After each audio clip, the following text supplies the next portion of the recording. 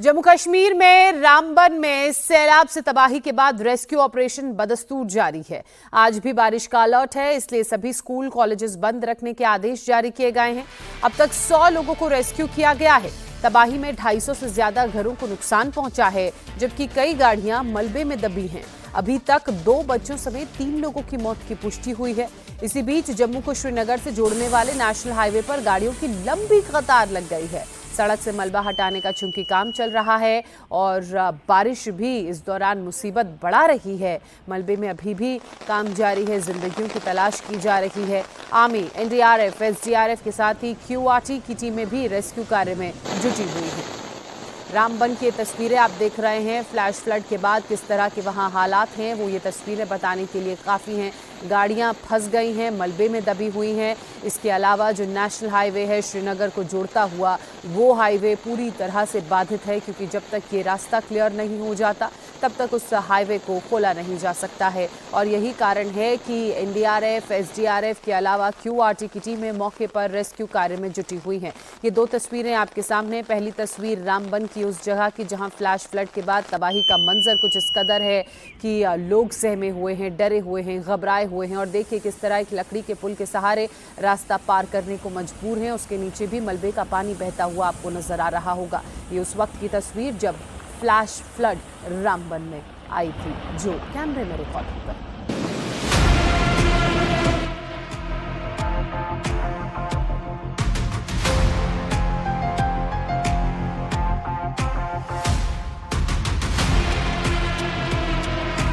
तबाही का ये मंजर दिल दहला देने वाला है। 250 मकान मलबे में मिल गए। 100 से ज्यादा लोगों को सुरक्षित जगहों पर पहुंचाया गया है। आर्मी, एनडीआरएफ, एसडीआरएफ, क्यूआरटी सब जद्दोजहद कर रहे हैं। जो लोग रास्ते में फंसे हैं, फौज उन्हें खाना खिला रही है। मुसीबत में पड़े लोगों को सुरक्षित जगहों पर भेजा जा रहा है। रामबन के हालात का पूरा अपडेट आपको देंगे, लेकिन उससे पहले देख लीजिए कहां कहां कुदरत का कहर बरपा है। जम्मू कश्मीर से लेकर हिमाचल प्रदेश तक बारिश से तबाही की तस्वीरें आप देख रहे हैं। शनिवार की रात को पहले ओले पड़े, फिर तेज बारिश हुई।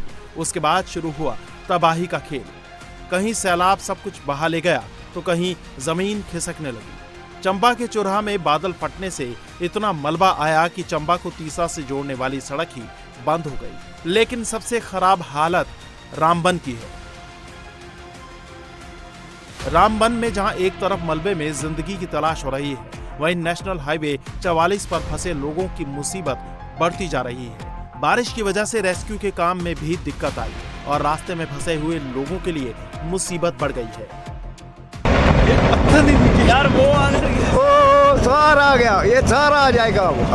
फिर से आ रहा है, फिर से आ रहा है, फिर से आ रहा, फिर से आ रहा। लैंडस्लाइड का ये खौफनाक वीडियो बता रहा है कि तबाही किस हद तक हुई है।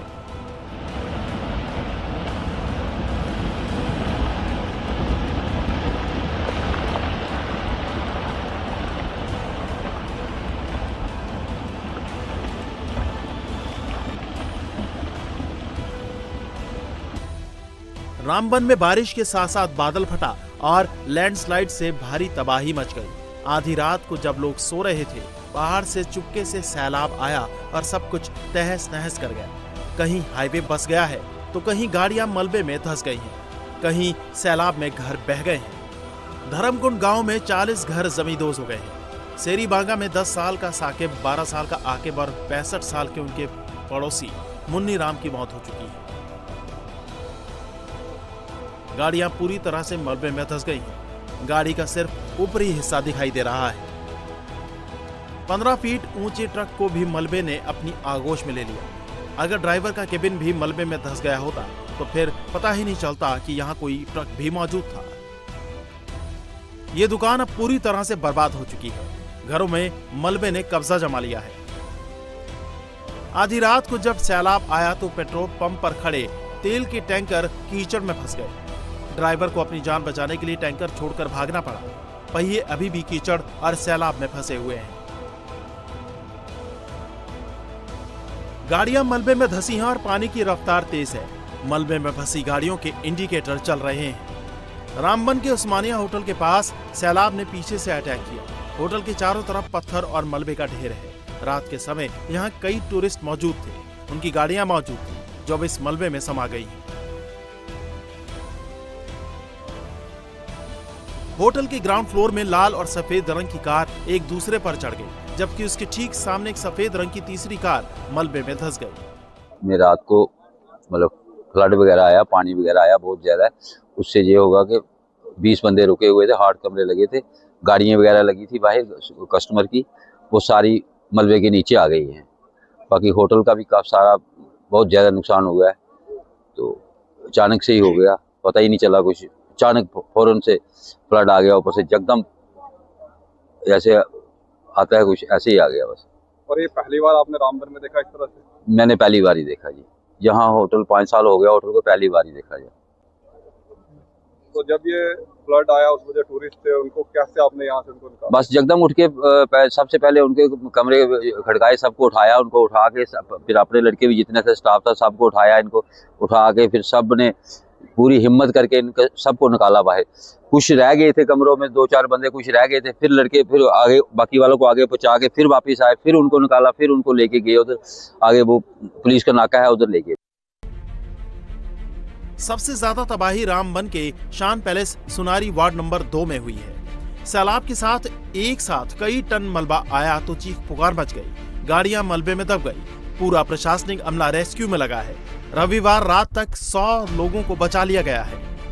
कोई 12 बजे के करीब जो है वो धीरे धीरे बारिश हुई, लेकिन 1-1:15 बजे के करीब बहुत ज्यादा टोरेंशियल रेनफॉल शुरू हुई, जिसमें हिल स्टॉर्मिंग हुआ, क्लाउड बस्टिंग हुई, तो जिसकी वजह से जो है वो नेशनल हाईवे भी जो है 3-4 जगहों से क्लोज हुई, जैसे डलवास से, रामबन मेन से, सेरी से, पंथियाल से, और साथ ही साथ में जो क्लाउड बस्ट रामबन टाउन के हुआ बैक साइड में हुआ, उसकी वजह से जो है जो नाले थे वो भर गए काफी ज्यादा। लेकिन यहाँ पे जो है किसी जानी माली नुकसान की कोई वो मतलब खबर नहीं है, उसमें नहीं हुआ, बल्कि जितनी दुकानें जो हैं या घर जो हैं वो होटल्स जो हैं वो काफी ज्यादा डैमेज हुए हैं। साथ ही साथ में जो है वो एक अनफॉर्चुनेट इंसिडेंट हुआ हमारा सेरी बागना में, 2 घर जो हैं वो स्लाइड की वजह से जो है वो दब गए और ढह गए, जिसमें अनफॉर्चुनेटली 2 बच्चों को हमने गवा दिया और एक बुजुर्ग थे उनको भी गवा दिया 2 अलग अलग घरों में। तो बाकी अगर ओवरऑल हम देखेंगे सिचुएशन में तो लगभग कोई 40 या 50 के करीब हमारे घर जो हैं वो डैमेज हुए हैं कम्प्लीटली, जिनकी इतला हमारे पास पहुंची है।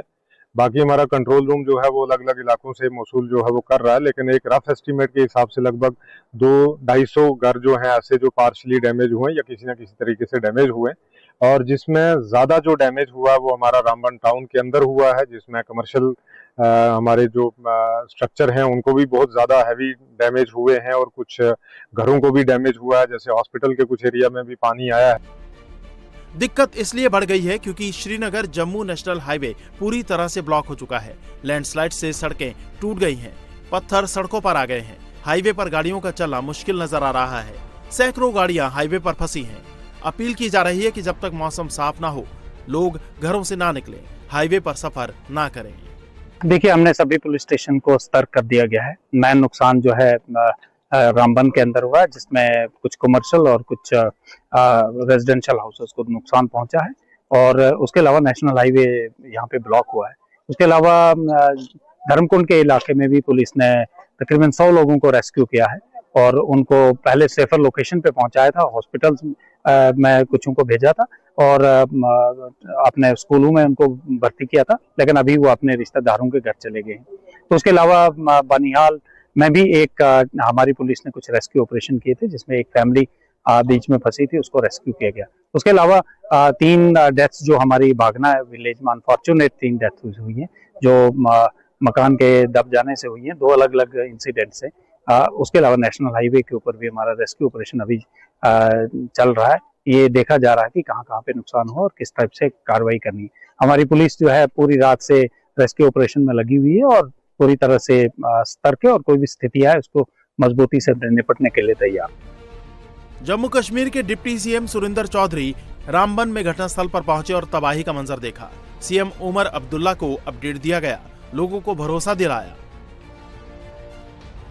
बदकिस्मती से मैं भी यहाँ पहुँचा हूँ, लेट पहुँचा हूँ, लेकिन हालात जो देख रहा हूँ हालात बड़े ख़राब हैं और कुदरत के साथ एक लड़ाई है। कुदरत के साथ सब जो कुछ किया है, अब कुदरत के साथ तो हम लड़ नहीं सकते, लेकिन मेरा आने का मकसद यहाँ एक ही है कि लोगों को ये दिखा दें, उनको एक हौसला दें कि ये गवर्नमेंट, उमर अब्दुल्ला सरकार आपके साथ है, हम लोग आपके इस दुख की घड़ी में आपके साथ हैं और ये हमारे ऑनरेबल एमएलएज आपके साथ हैं। लेकिन एक चीज़ मैं यहाँ आपको ये लोगों को यकीन दिलाऊंगा कि आप ये मत सोचें कि हम खाली यहाँ से घूम के चले जाएंगे। अगर जो मेरे नोटिस में ये चीज़ें ब्रिजेस के नीचे कोई दीवारें लगाई गई हैं, कोई इन्होंने ऐसा कुछ चीज़ें खड़ी की हैं जिससे पानी का नाले का जो कोर्स था उसका रास्ता सो वो बंद किया गया है। मैं कल ही नेशनल हाईवे अथॉरिटी के जो आरओ हैं उनको बुलाऊंगा अपने ऑफिस में और मैं अपने डिपार्टमेंट को भी कहूँगा कि इन टच में रहें और ये रास्तों को खोलें ताकि लोगों को असुविधा ना हो।